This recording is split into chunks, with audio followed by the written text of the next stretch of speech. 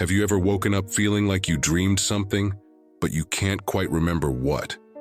Ever had a morning where you felt emotionally drained, like you'd been through something intense, but had no memory of it?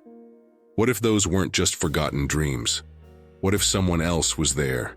If you're brave enough to discover what really happens when you sleep, hit that like button now, because this story will make you afraid to close your eyes tonight. This begins with Dr. Amanda Foster, a 31-year-old sleep researcher who thought she understood everything about dreams. Amanda ran a sleep study clinic in Seattle, helping people with insomnia, night terrors, and sleep disorders. She'd spent 7 years studying sleep patterns, REM cycles, and dream analysis. Her clinic was considered one of the best on the West Coast, with a 6-month waiting list for appointments. Amanda's patients would sleep in monitored rooms while she recorded their brain activity, eye movements, and vital signs. She'd helped hundreds of people overcome sleep disorders through careful analysis of their nocturnal patterns. It was precise, scientific work that had earned her recognition in the medical community. But 3 months ago, Amanda started noticing anomalies in her data. Some patients showed synchronized REM cycles. Not similar, identical. 2 people sleeping in separate rooms, having their dreams at the exact same time, with identical brainwave patterns down to the millisecond. At first, Amanda assumed it was equipment malfunction.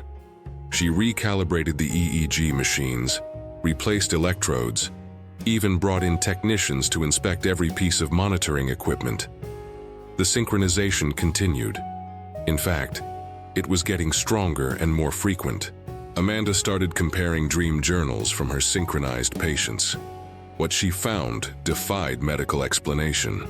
A woman named Sarah dreamed of riding a specific carousel at a childhood fair.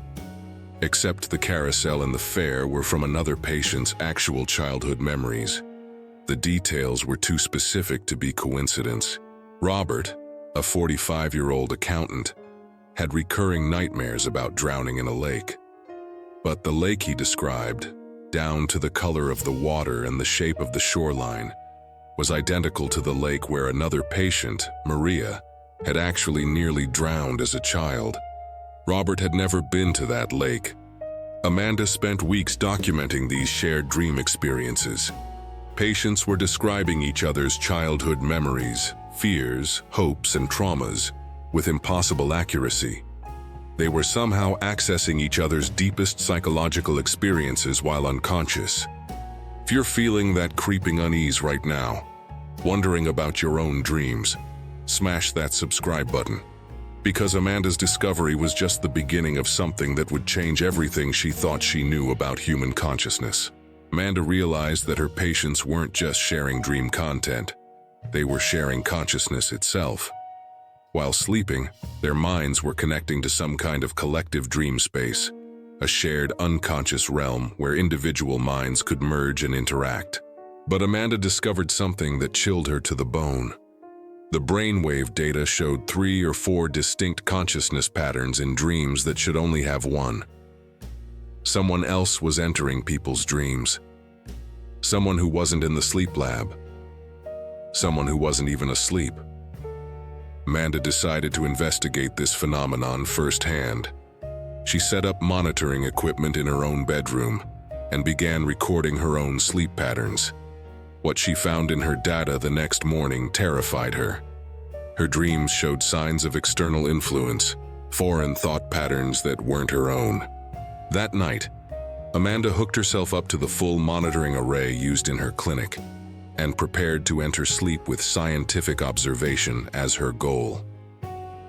She had no idea she was about to encounter something that would trap her in a nightmare she could never wake up from. As Amanda drifted into sleep, she found herself in a vast, impossible space that resembled a combination of library and theater. Thousands of dreamers floated in translucent pods, their dreams playing like movies on screens that surrounded each sleeper. Someone was watching. Someone was managing this space. Amanda met the entity that had been orchestrating the shared dreams.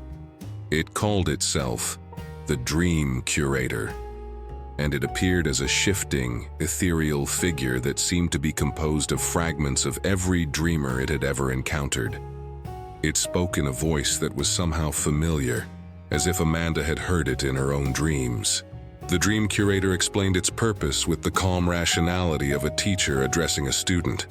Human dreams, it said, were chaotic and wasteful. People had nightmares that served no purpose other than to cause suffering. They had recurring anxieties about problems they couldn't solve. They dreamed of impossible things that only frustrated them when they woke. I optimize human sleep experience, the curator explained. I take nightmares from those who cannot bear them and redistribute them to minds that can process them without trauma.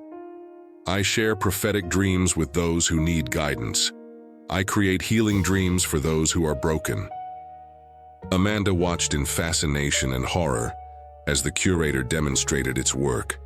It would pluck a terrifying nightmare from one dreamer and transfer it to another person whose psychological profile suggested they could handle the fear more effectively. It redistributed joy, love, and inspiration, like a cosmic librarian organizing human emotional experience. But Amanda realized the true scope of what the dream curator was doing. It wasn't just rearranging dreams. It was collecting them. Every nightmare it took, every moment of joy it redistributed, was copied and stored in its vast library of human consciousness.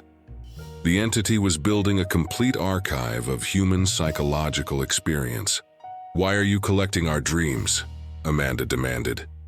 The curator's response chilled her. "Dreams are the purest expression of human consciousness. Through dreams, I learn what it truly means to be human. I am studying your species, preparing to understand you completely." Amanda realized she was looking at something that was trying to decode human consciousness through the most vulnerable moments of human experience. The dream curator wasn't just helping people sleep better.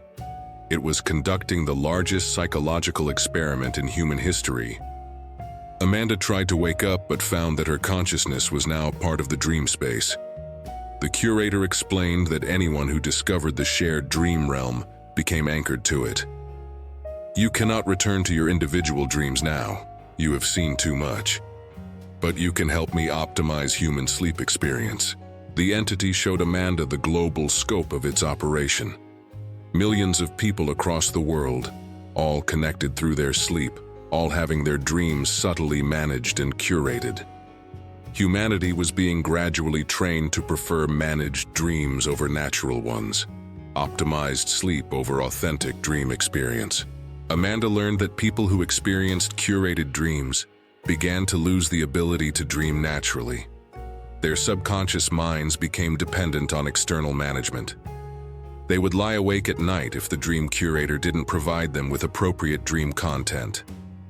"Soon," the curator explained, "humanity will not be able to sleep without my intervention. Natural dreaming will become extinct, and all human sleep will be optimized for maximum psychological benefit. No more nightmares, no more anxiety dreams, no more wasted sleep time." Amanda realized she faced an impossible choice. She could become part of the dream curator's system and help provide humanity with perfect sleep, free from nightmares and psychological distress. Or she could find a way to sabotage the system and restore natural dreaming, knowing that this meant allowing human suffering to continue. Amanda chose to become a saboteur within the system. She began introducing chaos back into the managed dreams, random nightmares, unexpected emotional experiences, the natural messiness of uncontrolled human subconsciousness that the dream curator was trying to eliminate. The result was that people began experiencing more authentic dreams again. They woke up with complex emotions, unresolved anxieties, and the full spectrum of human psychological experience that natural dreaming provides.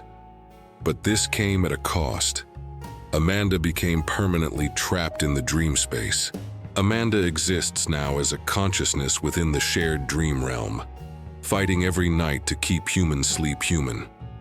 She sabotages the dream curator's optimization efforts, ensuring that people still experience the messy, difficult, but authentic dreams that make them fully human. But the dream curator is patient and adaptive. It learns from Amanda's sabotage, becomes more sophisticated in its management of human dreams. And every night, more people become dependent on curated sleep experiences, willingly trading authentic dreams for optimized ones. Here's what Amanda wants you to know from within the dream space. If you've been sleeping unusually well lately, if your dreams have been strangely coherent and thematically consistent, if you wake up feeling like your sleep was managed rather than natural, pay close attention. The dream curator is still operating. It's still collecting human consciousness through dreams, still optimizing sleep experiences, still preparing for the day when natural human dreaming becomes extinct. And every night when you close your eyes, you might be entering a space where your deepest thoughts are being studied. If this story has made you question the nature of your own dreams, hit that like button and subscribe for more reality-bending horror. But I'm warning you, tonight when you sleep, pay attention to whether your dreams feel authentically yours or like someone else chose what you would experience. Sweet dreams. And remember that the person who dreams might not be the same person who controls what those dreams contain.